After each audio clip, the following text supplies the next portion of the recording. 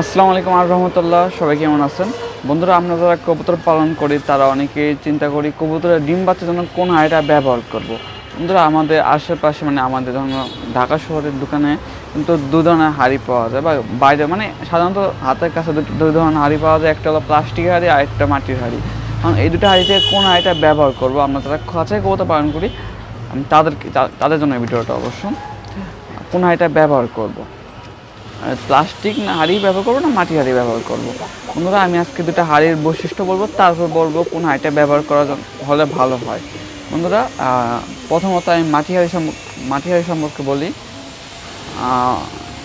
এই যে মাটি হাঁড়ি কিন্তু যে এরকম হয়, এটা কিন্তু আকারে বড় প্লাস ভারী হয়, ভারী। আর যারা নর্মাল খাঁচা ইউজ করে এরকম নর্মাল খাঁচা, তাদের জন্য মাটি হাঁড়ি কিন্তু মুভমেন্ট করতে অসুবিধা হয়। সাধারণত মুভমেন্ট করতে অসুবিধা, প্লাস যখন এটার পটি যখন কবুতরের বাচ্চা একবার দুইবার বাচ্চা যখন দেয়, তখন কিন্তু বাচ্চারা কিন্তু এই হাঁড়ির মধ্যেই পটি করে।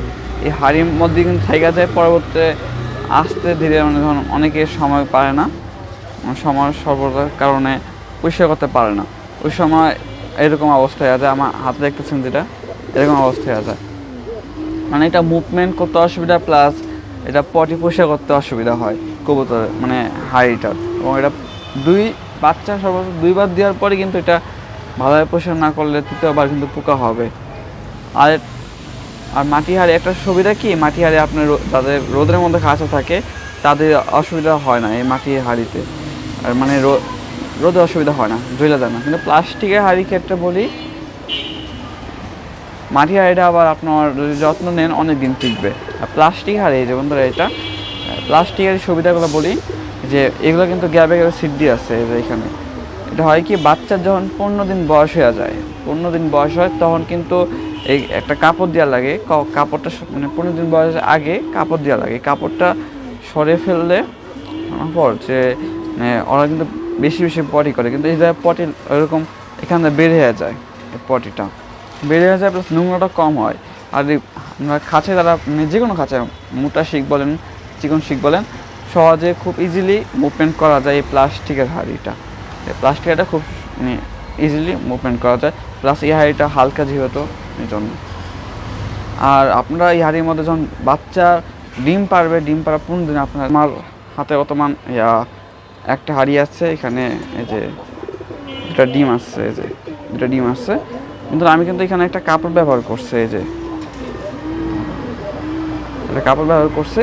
যখন কবুতর ডিম পাড়বে, ডিম পাড়া থেকে শুরু করে বাচ্চা যখন 15 দিন বয়স হবে, ওই পর্যন্ত একটা কাপড় দিয়ে রাখবেন, যে এরকম একটা কাপড় দিয়ে রাখবেন। তাহলে হয় কি, ডিমের যে তাটা ভালোভাবে পায়। প্লাস আপনার বাচ্চা যখন ফুটে, বাচ্চার পা কিন্তু খুবই ছোটো থাকে, খুবই ছোটো। আপনাদেরকে বাচ্চার পাটা দেখাই, ছোটো থাকলে সমস্যা। বন্ধুরা, এই যে এখানে কিন্তু হাঁড়িতে একটা বাচ্চা আছে, বাচ্চা পা খুবই ছোটো কিন্তু হিসাবে।